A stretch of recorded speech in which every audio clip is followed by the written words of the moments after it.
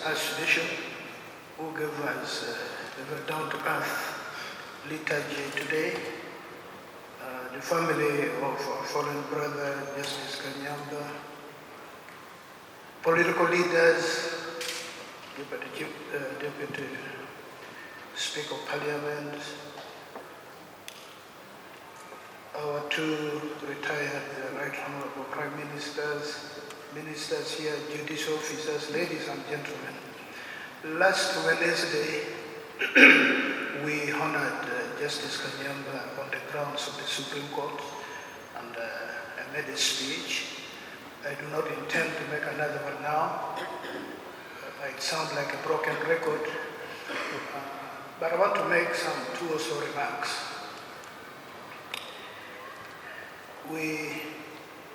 In the African setting, I am very African, so you forgive me. In the African setting, when you go to a village and you do not find elders around, or you do not find these children who run naked in the village, not yours in town, in the village who run naked, then you have reason to worry about the future of that village. The absence of elders means the citizens, the dwellers of that village do not have guidance. And then when you do not have these small children who run with food, matoke, cassava, nuts or simsimodi that is pasted in their hand, it means there's no future for that village because there are no inheritors. So today, we both celebrate and mourn the passing on of Justice Kanyeihamba. As an elder, he had a role, and that's why he did very well. He really did very well as an elder. We all know he spoke his mind, he was quite candid. There are people in this country, many, who also purport to speak their minds, who actually make an effort to speak their minds. The difference between Kanyeihamba and them is that Kanyeihamba spoke from conviction and he spoke substance. There are many people who we hear, I hear, I don't speak for you, I hear them speak.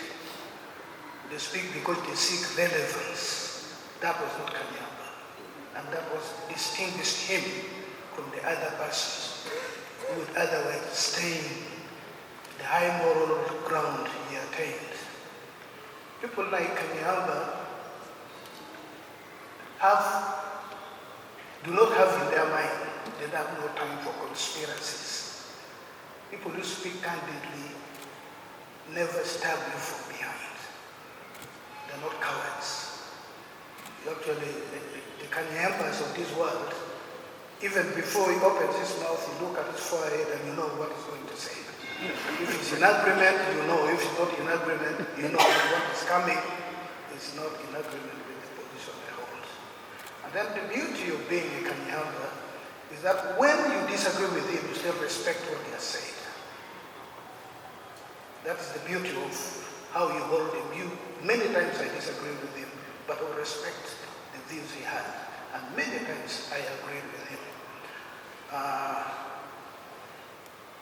My interface with Kanyeihamba.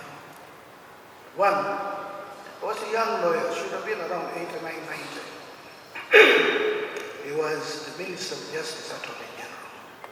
And there were these people who were lodgers, people who were captured during the war, former soldiers, and it included those who had never held a gun in their hand, the hazards of war.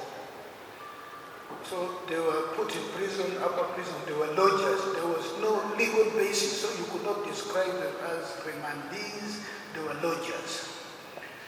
So this young lawyer, myself, now writes to the Attorney General of Uganda, referring to his constitutional attributes and so on and so forth, to advise the government to release these people who are unlawfully being held. He wrote back to me saying, I've been trying to look for, the file must be somewhere. I just opened my law firm 2 years earlier. That as a lawyer, you ought to know what to do. That's how he wrote to me. I thought in writing to the Attorney General I was doing what I ought to do. So I went to court, filed habeas corpus for that application for that person who was released. Without telling me so many words, he had guided me. Fast forward, and for me, this is the indelible positive mark of Justice Kanyeihamba in my mind. In the Constituent Assembly, 94-95, he chaired the legal and drafting committee of the Constituent Assembly, of which I was a member. What then, because now this was at close quarters, what struck me about the then professor, honorable professor without the justice, because he hadn't become a judge, was his understanding of the law. Many people do understand the law, but also his understanding and rendering the language of the law. That's where he was superb. Because what the assembly had resolved had to be reduced to articles, clauses, paragraphs of the draft constitution. And you will see he was at peace with himself in rendition, diction, and the right legal framing, and so on. That one won my admiration. But I think it's one of his greatest contributions. I've spoken about this elsewhere a number of times.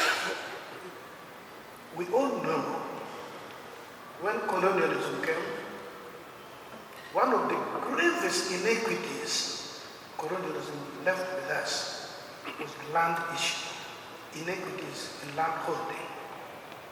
Here they created Milo, and by the stroke of the pen, those who owned land became Western squatters, Banja holders, and so on. You are a data. You just pay to the land. I think here Dollo, and I think they call it. I don't know whether they call them maybe in every location of those places. In the greater part of Uganda, land became crown land. And even when we won independence in 1962, instead of liberating the people from the loss of land, all that land was converted into public land. So people who were on public land were Western Bibanja holders. They were actually more vulnerable than even squatters. Squatters were protected. The licensees, the people who believed they were staying on ancestral land, could be displaced by anyone from within or from out, paying token compensation and given 6 months to vacate the land. And it did happen. One of my sworn duty to come to the Constituent Assembly was to fight the iniquities about land. And when I said we should raise customary land tenure at the level of Milo, at the level of Frio, and liberate the people of Uganda from that bondage. The first two people immediately agreed in Select Committee 1, where I was chairing the debate on land, was Dr. Okule Park and Professor Kanyeihamba. And the people of this country need to thank these two great successors. Then we recruited Professor Sentes at Kajubi and we read the Constitution. So the people with regard to land, people who were enslaved on public land, only got their independence in 1995. Thank to my elder, Professor Kanyeihamba. So I thought I would make this remark, and again, Your Grace, you make two of us, maybe we're more, this practice of chief mourner, in my Acholi tradition, the chief mourner is the brother of my mother, the one to whom you have to account for my death. When it comes, the one you must really explain. That tells you the strong string of linkages between maternity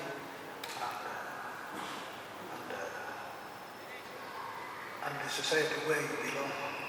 So I agree. Who loses a dead person more than his grandchildren, more than his spouse, more than his children? These are the chief mourners, the ones, especially the grandchildren. They will only read much later what their granddad was or what their grandmom was. So I am with you on this. Let us not pick practices which have no basis and just say chief mourner. Even when I've shed no tears, I told them to be a chief mourner. So otherwise, thank you so much for this. We've come to both thank God for Professor Kanyeihamba, and also Mourner, because Uganda has lost. People like the Kanyeihambas are necessary in society because they sober society, they sober the governance of each country or each society. Don't you think the Kanyeihambas opponents, negative people miss the point? Or those who think that whoever is in opposition does not have his country misses the point. We need the Kanyeihambas of this world. As I said, their work is always stained by those who seek relevance and also want to speak like Kanyeihamba, and in doing that, they speak like the rat that is struggling to come out of an empty